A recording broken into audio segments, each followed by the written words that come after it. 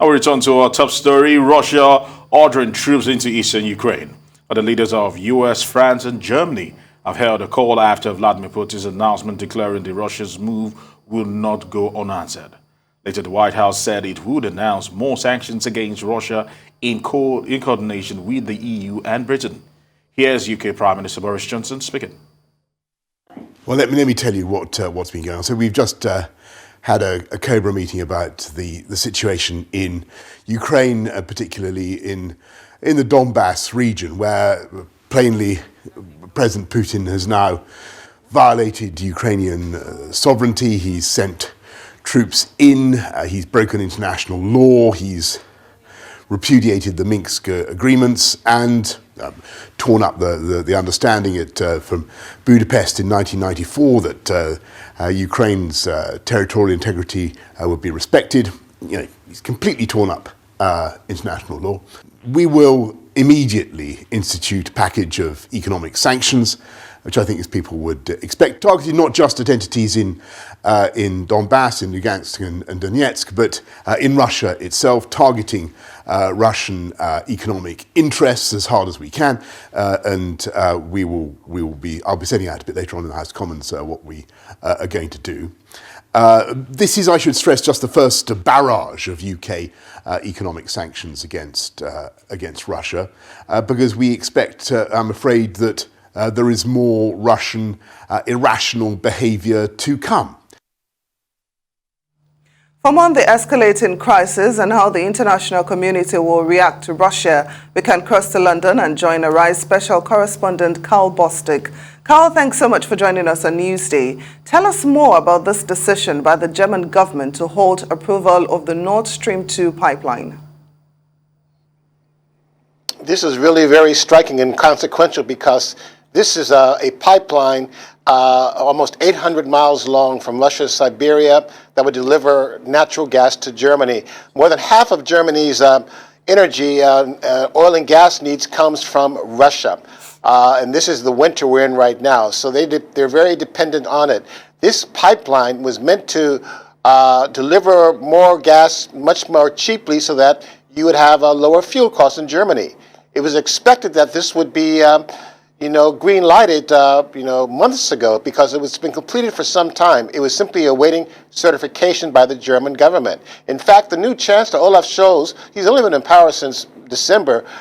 He really equivocated on whether or not this would be a possible sanction against Russia if they, moved into Ukraine or invaded Ukraine. He refused to even mention Nord Stream 2 by name. It was President Joe Biden who was saying that it will be canceled if they move into Ukraine. And now we have the Chancellor himself, Olaf Scholz, saying that the pipeline will not be certified. That means that Germans will pay a heavy price in the sense that fuel prices will be more expensive in Germany, but also the rest of Europe, because that pipeline would also be delivering gas to Europe, the rest of Europe as well. And what can we expect now from the Washington and actually EU? Were there more sanctions, and will they have any impact this time? This is the dilemma that's really part of Putin's strategy to make it uncertain, unclear of whether or not this constitutes an invasion or not. Just by respecting these self-proclaimed territories inside two provinces, he's simply saying that we respect their right to declare that they're independent, and we're sending in troops to protect them.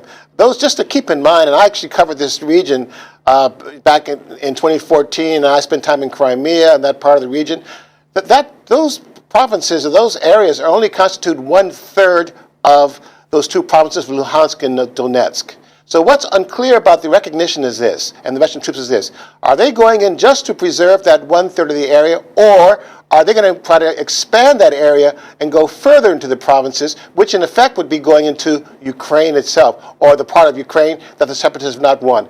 That's when you can really see the beginning of a war. That's what people are worried about, but that's also why there's such confusion and disunity about what constitutes an invasion if they haven't gone into the rest of Ukraine yet. And that's what we'll see in the days ahead. I mean, is this only an incursion or what? And if history is a guideline, we saw the same thing happening in Georgia back in 2008. That's when they went into South Ossetia, which is a breakaway region. Russian troops went in to protect Russian-speaking people there, but then they tried to extend the borders and control more land. That's what they tried to do back then. Russian soldiers are still there.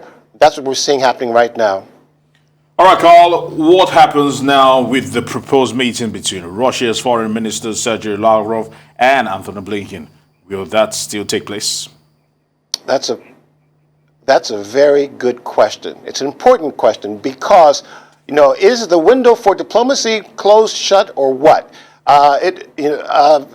Foreign Secretary Sergei Lavrov had accepted a request by the U.S., by Antony Blinken, for a meeting on Thursday this week in Geneva on the condition that there'd be no invasion. Well, going back to what I just mentioned a moment ago, is this an invasion or not? Because, again, Russian troops, they have not gone into territory that's not occupied by Russian separatists yet. That hasn't happened yet. So is this the best way in which they can still keep that window of diplomacy open? But any idea or chance of a summit between Putin and Biden right now, officials in Washington are saying is close to zero. So this could be the last best chance for the Washington and for Moscow to avert any further escalation if these two can meet. If it doesn't happen, you pretty much can expect a barrage of sanctions and a declaration that this is in fact an invasion, an attack against Ukraine itself.